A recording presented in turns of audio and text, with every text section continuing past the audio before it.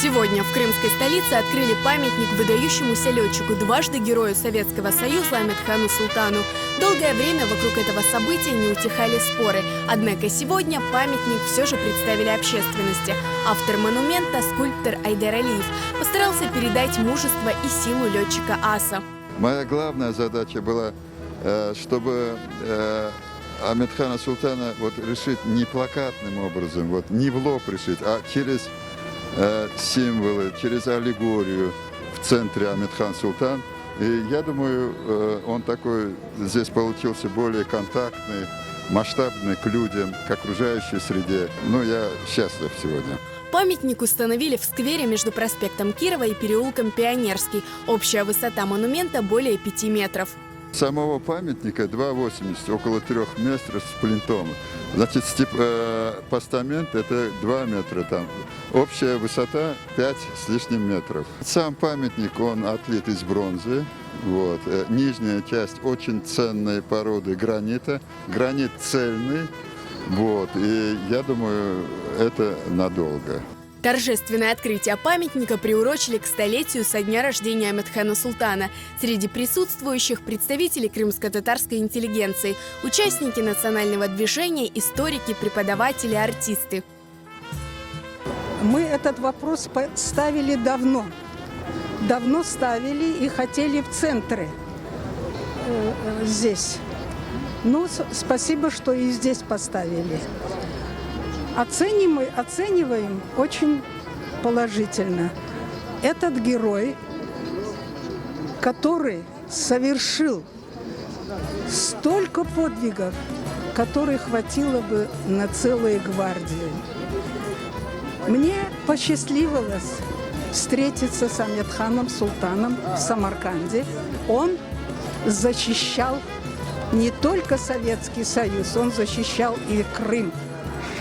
Сын крымско-татарского народа. Памятник мне понравился. Амедхан живой.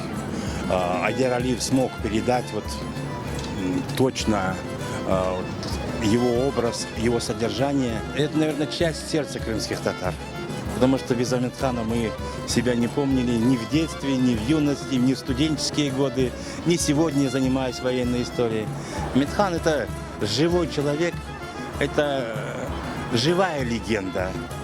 Это человек, который каждым днем своей жизни подтверждал преданность своему народу крымско-татарскому. Я хотел бы подчеркнуть, что это очередной гвоздь в гроб всех мифов о крымских татарах, о крымско-татарском коллаборационизме во время Второй мировой войны. Это лишнее доказательство того, что крымские татары далеко не предатели, что крымские татары наряду со всеми народами Советского Союза, тогдашнего государства, воевали против коричневой чумы 20 века, против нацизма. У нас много героев, мы воевали все.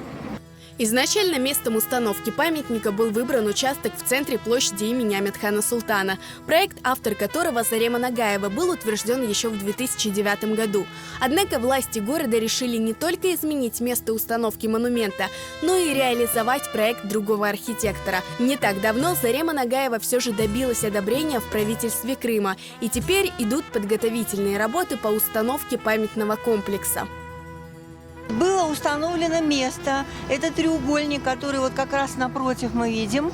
На этом месте должен был быть установлен памятный комплекс. Время шло, средств не было на это дело. Сейчас уже нашлись спонсоры, собираются деньги. Мы объявим счета, на которые будут перечисляться деньги. В настоящее время тот памятник, который открыт, он был открыт к юбилею. Это комплекс, который будет возводиться в течение года. В настоящее время продолжается оформление документов на землю. Участок, тот, который был выделен в 2009 году, он и остается. Перед вами этот комплекс, который будет именно в таком виде возведен напротив треугольника. Кроме того, на здании Симферопольского техникума железнодорожного транспорта и промышленности, где учился Амедхан Султан, открыли памятную доску. А Крымско-татарская национальная школа в городе Эски Кырым теперь носит имя выдающегося летчика.